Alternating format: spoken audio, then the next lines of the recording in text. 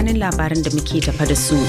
Jami'an hukumar EFCC a Najeriya sun sanar da kama wani ɗan Kamaru bisa zargin damfarar sama da naira biliyan 1.5. Kotun ɗaukaka ƙara a Kenya ta yi watsi da hukuncin halastawa mata zubar da juna biyu. Sannan tawagar Iran ta isa birnin Islamabad don ganawa da wakilan ƙasar. To madalla yanzu ga labarin kamar yadda suke. Hukumar yaƙi da cin hanci da rashawa a Najeriya EFCC ta kama wani ɗan asalin ƙasar Kamaru mai suna Bekono Eric. Bisa zarginsa da aikata damfarar kuɗi da yawansu ya kai naira biliyan 1.5 da ta shafi bankin First Generation Bank. Hukumar a cikin wata sanarwa da ta fitar ta ce an kama Mr. Eric mai shekaru 47 a yankin Ikorodu na jihar Legas. Kuma kai tsaye ana zarginsa da zama jagoran gungun masu safarar kuɗaɗe da halasta kuɗaɗen haramun a tsakanin Najeriya da Kamaru. Da yake jawabi mai magana da yawun hukumar ta EFCC Dele Oyawule ya ce binciken farko ya gano cewa Mr. Eric na cikin mutanen da ke aikata laifin damfarar bankuna da abokan hulɗarsu ta hanyar amfani da katinsu na cirar kuɗi wato ATM card. A cikin sanarwar da hukumar ta fitar ta ce irin waɗannan mutane na buɗe asusun banki a Najeriya su samu katin cirar kuɗi na ATM daga nan kuma sai su tsallaka zuwa makwabtan ƙasashe don aikata damfarar ta can. Mr. Oyewale ya ce da zarar an kammala bincike za a miƙa wanda ake zargi a gaban kotu.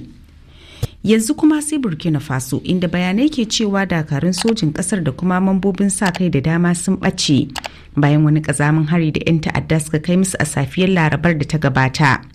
Rahotanni sun tabbatar da cewa 'yan ta'addar sun kaddamar da harin ne tun da asibahin ranar Laraba a babban sansanin sojojin Burkina da ke wato garin Kulapelgo na tsakiyar kasar. Majiyoyi da dama daga jami'an tsaro sun tabbatarwa da sashen Faransanci na Arafai cewa harin ya kuma ajalin sojoji da kuma jami'an sa kai da ke aikin wanzar da tsaro akalla 28. Baya ga kisa da kuma tarwatsa jami'an tsaron, 'yan ta'addar sun kuma kutsa kai tare da sace wasu kayayyakin amfani a cikin sansanin sojojin.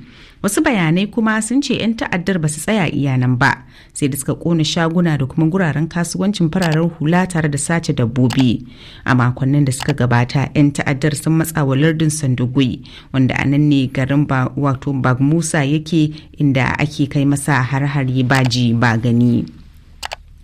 Kotun ɗaukaka ƙara a Kenya ta soke hukuncin ƙaramar kotu wadda ke tabbatar da 'yancin zubar da ciki a tsakanin mata, abin da ke haifar da hukunce-hukunce masu cin karo da juna da ka iya ƙarewa a gaban kotun ƙolin ƙasar.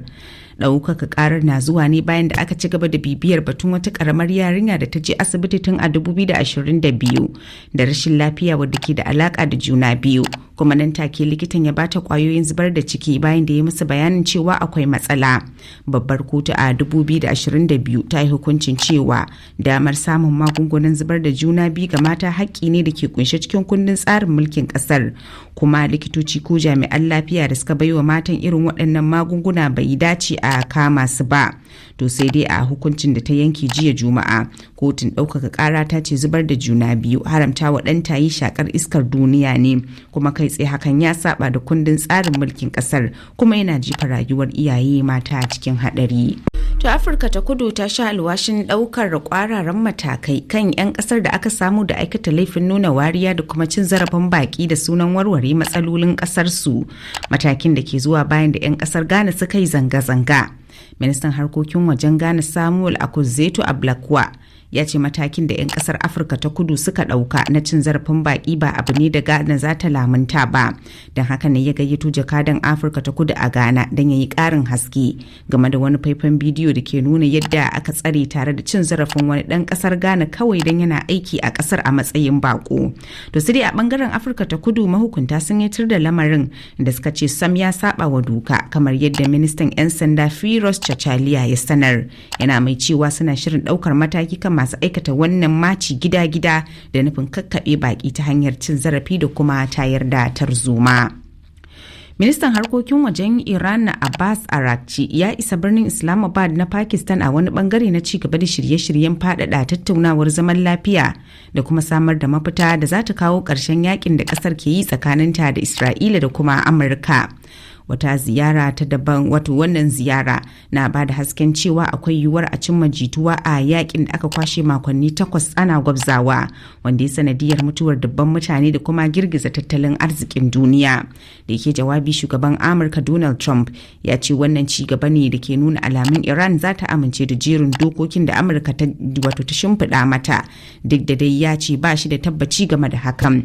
To sai dai kuma a wata sanarwa da ma'aikatar harkokin wajen Iran ta fitar, ta ce wakilan kasar da suka isa Islamabad ba su da shirin ganawa da wakilan Amurka waɗanda su ma suka isa Islamabad ɗin.